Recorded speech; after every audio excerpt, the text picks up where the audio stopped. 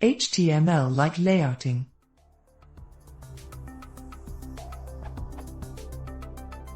I'm trying to implement my own little flow-based layout engine. It should imitate the behavior of HTML layouting, but only the render tree, not the DOM part. The base class for elements in the render tree is the node class. It has a link to the element in the DOM for the ones that build a rendered tree with that library, a reference to its parent, which is a container node instance or none, see later, a reference to the layouting options, X, Y, width and height. The position is computed in layout after the size has been computed in compute_size.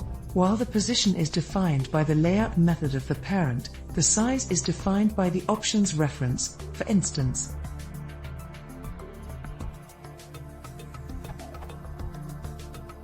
Its methods are reflow invoking compute_size and layout, compute_size that is intended to compute the width and height of the node, layout which is intended to position the subnodes of the node, not the node itself, paint which is there to be overwritten by the user of the library. The container node class is implementing the handling of subnodes. It provides a new method called add_node, which adds the passed node to the container's children. The function also accepts a parameter force which defaults to false, because the container is allowed to deny the passed node, except force is set to true.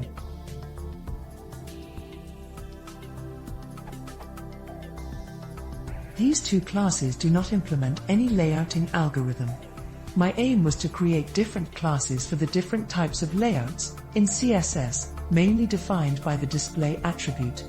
I did some tests with text layouting last night and you can find my code from at pastebin.com, requires Pygame. You can save it to a Python script file and invoke it like this. Note, the code is really crappy. I appreciate comments on deep-lying misconceptions. The class inline_nodrow from the code mentioned above actually represents my idea of how to implement the node that lays out similar to the display column inline attribute, in combination with the node box.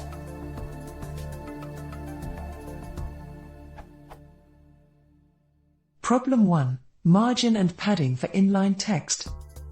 Back to my current approach in the library, a single word from a text would also be represented as a single node, just like in the code above. But I noticed two things about margins and paddings in a span tag. When margin is set, only horizontal margin is taken in account, the vertical margin is ignored. The padding is overflowing the parent container and does not move the span node. See this URL.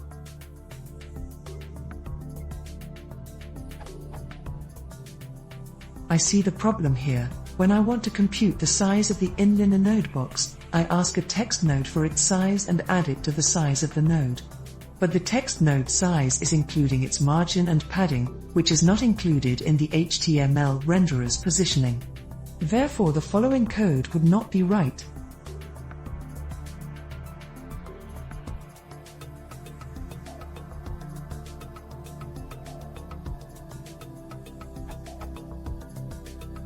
Node.w would include the margin and padding.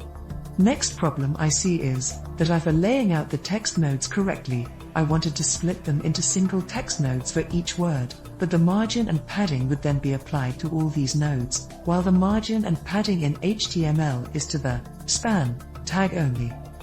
I think my current idea of putting each word into a separate node is not ideal. How do browsers structure their render tree, or do you have a better idea? Problem 2. Word too long, put it into the next line.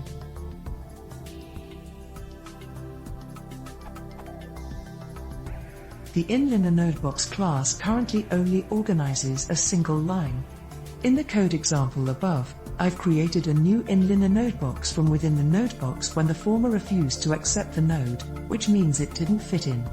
I cannot do this with my current approach, as I do not want to rebuild the render tree all over again. When a node was accepted once, but exceeds the inline_nodebox on the next reflow, how do I properly manage to put the word into the next line, assuming I keep the idea of the inline_nodebox class only organizing a single line of nodes?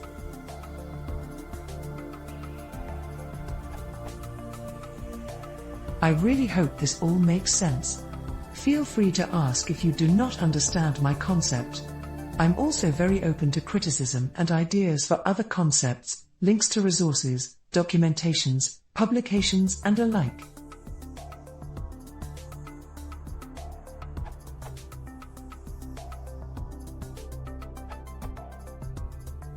Problem 2. You can do it like HTML renderers do and render a multi-line. For example, check if the new word to be added exceeds the width and add a new line if it does. You can do it in your inline node row by taking care of height 2 and wrapping words if they exceed the max width. Problem 1. If you do figure out problem 2 for text, then you can put in the offset, horizontal padding, only for the first line. Although span doesn't take height into consideration, it does take line height, so your calculation could be that the default height is the font height unless you have a line height option available.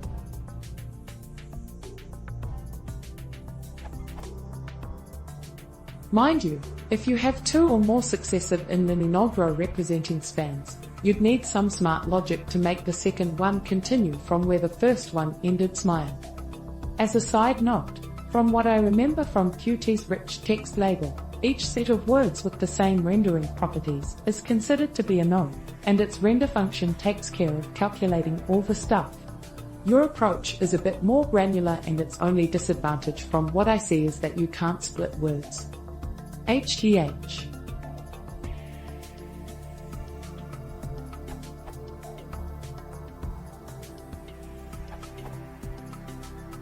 May have found solution to problem 1 in the box model documentation. You may want to check out the documentation about clearance and the one for overflow as well for problem 2. You can see this Jace fiddle for an example.